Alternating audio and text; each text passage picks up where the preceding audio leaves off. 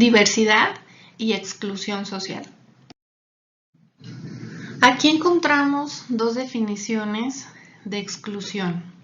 Una nos dice que es un proceso de apartamiento de los ámbitos sociales propios de la comunidad en la que se vive, que conduce a una pérdida de autonomía para conseguir los recursos necesarios para vivir, integrarse y participar en la sociedad de la que se forma parte. Y la otra nos dice que es una dinámica social que expulsa a algunos ciudadanos o grupos de ellos de los circuitos ordinarios de funcionamiento de una sociedad. Es como lo que les comentaba sobre la teoría de la diferencia, que está enfocada al aspecto lingüístico. Mi escuela está diseñada para atender esto. Y quien no encaje en este plan, en este diseño, en estos estándares, ya es diferente, ya es desigual, implica un problema, porque no estamos preparados, porque no sabemos cómo hacerlo. Y no necesariamente es ese contexto, pero en este caso la lengua, no necesariamente es un problema, ¿sí? Sino que el problema es que yo no sé atenderlo, pero no necesariamente lo voy a reconocer. Entonces aquí la UNESCO viene y nos dice, la educación es un arma, es una herramienta poderosa para disminuir la exclusión. Y nos dice, la educación puede ser un factor de cohesión social si procura transformar la diversidad en un factor positivo de entendimiento mutuo entre los individuos y los grupos humanos y al mismo tiempo evita ser ella misma un factor de exclusión social. O sea, la línea entre diversidad y exclusión es muy delgada, pero la escuela puede ayudar en que no sea un problema. Eso nos dice la UNESCO. Ajá, pero la escuela está realmente preparada para atender esa diversidad. El término inclusión inicialmente estuvo muy relacionado con las necesidades educativas especiales de algunos alumnos, pero posteriormente pasó a abarcar a la educación en general, promoviendo la idea de que la escuela debe ser para todos con independencia de sus características y deficiencias. Se hace la propuesta de que todos los niños pueden aprender en la vida llamada normal de una escuela, en la que la diversidad se entiende como un valor añadido. Y entonces nos definen, la educación inclusiva es una proclama desenfadada, una invitación pública y política a la celebración de la diferencia. Para ello se requiere un continuo interés proactivo que permita promover una cultura educativa inclusiva. Ajá, y les vuelvo a preguntar, ¿la escuela está realmente preparada para una educación inclusiva? Si la analizamos desde la infraestructura, ustedes me dirán.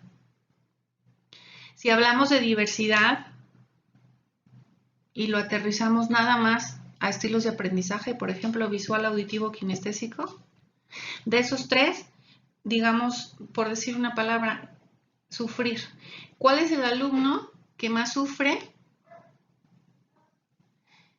por cómo está diseñado un programa de estudios?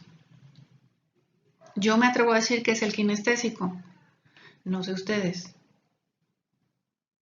Sí, entonces, sí, la escuela se le están asignando muchas tareas importantes, por ejemplo, la educación socioemocional. En verdad vamos a hablar de salud mental.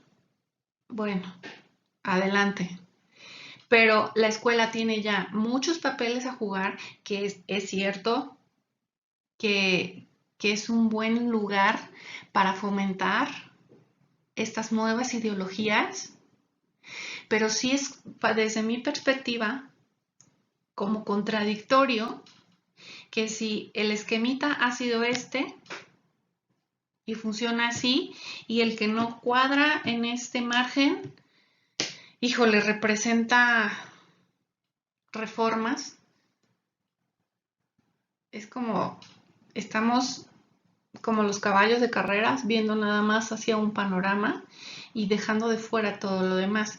Y ahora queremos, perdón la expresión, voltear la tortilla y está perfecto, no me malinterpreten. Excelente, vamos a hablar de educación socioemocional, vamos a hablar de inclusión, vamos a modificar el sistema de creencias, pero para lograrlo necesariamente tenemos que modificar el plan inicial. Espero darme a entender. Hablar de educación inclusiva no solo es plantear un marco conceptual, sino que se debe proponer un cambio en las prácticas y en las metodologías educativas. Es lo que les comentaba anteriormente. Mucho camino se han dado en la definición de las características que deben tener los espacios educativos impregnados de una filosofía inclusiva. Y aquí les presento los más importantes. Lo expuesto aquí nos perfila la inclusión como un proceso abierto, dinámico, que busca respuesta para atender a la diversidad y que lleva implícita la idea de que todos los miembros de la comunidad deben participar y que solo de esa manera se logrará la transformación paulatina de los centros y sus prácticas pedagógicas. Por supuesto, esto incluye una educación intercultural. No se puede hablar de manera retórica o solamente políticamente correcto, sino que existe ya una trayectoria en educación intercultural que propone una práctica educativa que sitúe las diferencias culturales de individuos y grupos como foco de reflexión. Su objetivo es dar respuesta a la diversidad cultural propia de las sociedades democráticas, desarrolladas desde esas premisas que respetan el pluralismo cultural.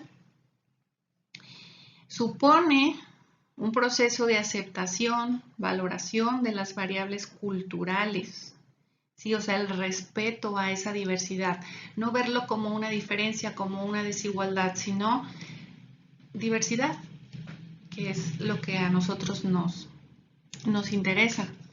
Y la definen, la educación intercultural es fundamentalmente una actitud y un comportamiento relativo al tipo de relaciones que se dan entre las culturas particularmente que conviven en un ambiente determinado.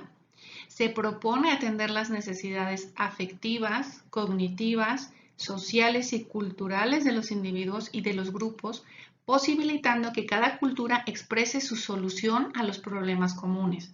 Es un medio para promover la comunicación entre las personas y para favorecer las actitudes de apertura en un plano de igualdad. No se dirige pues solo a las minorías étnicas o culturales, sino que es una educación para todos. La educación intercultural es una educación para y en la diversidad cultural y no una educación para los culturalmente diferentes. O sea, implica un contexto mucho más amplio, realmente una diversidad y un respeto, una inclusión, porque hemos estado integrando a los, digamos, diferentes. Están integrados los que tienen capacidades diferentes, pero no necesariamente están incluidos. Y espero que esté clara la diferencia entre integración e inclusión. Pareciera lo mismo, pero no. Sí pueden andar ahí deambulando en el salón de clase, pero realmente se les atiende para que tengan un aprendizaje significativo.